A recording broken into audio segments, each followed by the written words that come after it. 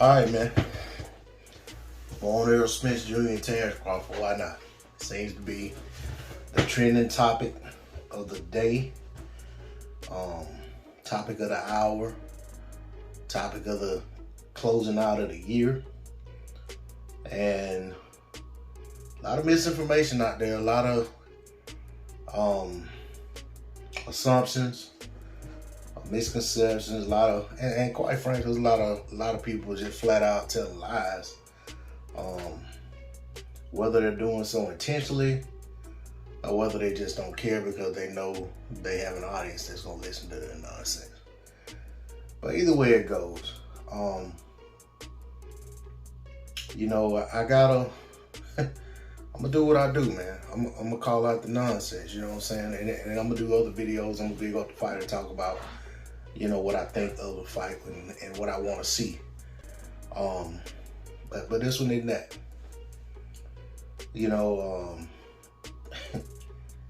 I hear Errol Spence Jr. fans, and I guess that I can generalize them like that, I reckon. But, they'll say Terrence Crawford fans are delusional. They're out here losing. They just, anything they could pull to say that Errol Spence Jr. is this or that, they take it. Now, because Errol Spence Jr. hasn't said anything back after Terrence Crawford said he was in the ocean looking for him, that means they think that Errol Spence Jr. is scared. They're that desperate. On the flip side, you got Errol Spence Jr. fans saying, Terrence Crawford fans saying Errol Spence Jr. fans are delusional. They're out here losing. They've been taking L's all year. Terrence Crawford is out here calling him out and he won't say anything. This, that, and the other. Errol Spence Jr. is trapped. He don't have anywhere to go. It's either going to be Jerron Ennis or it got to be Terrence Crawford. What's Errol going to do? He's scared. He's running. Been running all year. Been ducking this man since he got to 47. And then back to the Terrence Crawford fans. You know what I'm saying? Back to the Errol Spence Jr. fan. It's so confusing. I can't even keep up with who's saying what. But this is what it is. So you'll have the Spence fans. Oh, Terrence Crawford been ducking. He came up to 147. He was undisputed. He could have went to any sanctioning body and got a title shot right away. But he chose to fight the weakest champion in Jeff Horn. Blah, blah, blah. And just, and he's ducking, he's just pump faking, he's just saying things for the camera. He don't really want to fight Errol Spence Jr. He'd have took that 60-40, etc. Back to the Crawford fans. Oh, Errol Spence Jr., he knows Terrence Crawford's not gonna take no 60-40. That 60-40 ain't even a real offer. It wasn't ever even out there. They're just talking online. They haven't come to negotiations. There have been no real negotiations. Errol Spence Jr., he doesn't want to fight. He wanted to fight Ugas, but now that he can't fight Ugas, he don't know what to do. He wanted the Pacquiao fight. He couldn't get that. He never wanted to fight Terrence Crawford or a fight would have already been made, etc., etc. All right. Back to the Crawford fans. Errol Spence Jr., see, there I did it again. Back to the Spence fans. So here's the Spence fan. Terrence Crawford, he knows that if he's saying that he wants to be the mandatory for the IBF or for the WBC, if he takes that mandatory split, that's less than the 60-40 that Errol Spence has already offered him. See, he don't really want to fight. He just out here pandering and posturing to the fans. They don't know no better. They believe this bullshit, blah, blah, blah, blah, etc., etc. All right, back to the Crawford fans. Oh, Errol Spence Jr. better hope they don't mandate the Crawford to be his mandatory for the WBC or the IBF, or he's in trouble. He won't have nowhere to run. He's gonna have to either vacate or fight.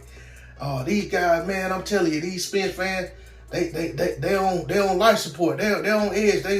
They on suicide watch, etc., etc. And it just goes on and on and on. And you know what I'm saying? I'm going to say a little bit about all that.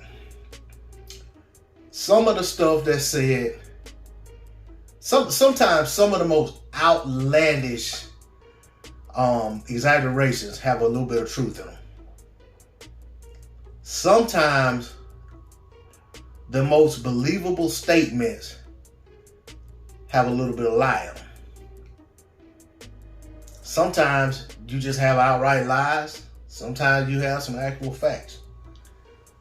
But I'm telling you, all of this stuff has got so jumbled up you can't discern what is what sometimes unless you really know the sport.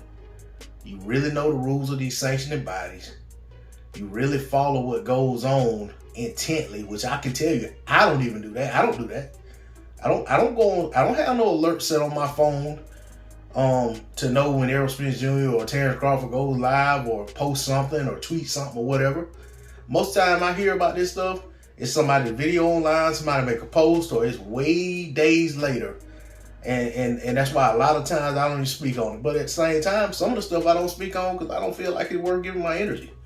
You know what I'm saying? I mean, it's just really what it is. Like every time Terrence Crawford comes out and posts something, I'm not going to come out here and talk about it. Every time Errol Spence Jr. posts something, I'm not going to come out here and talk about it.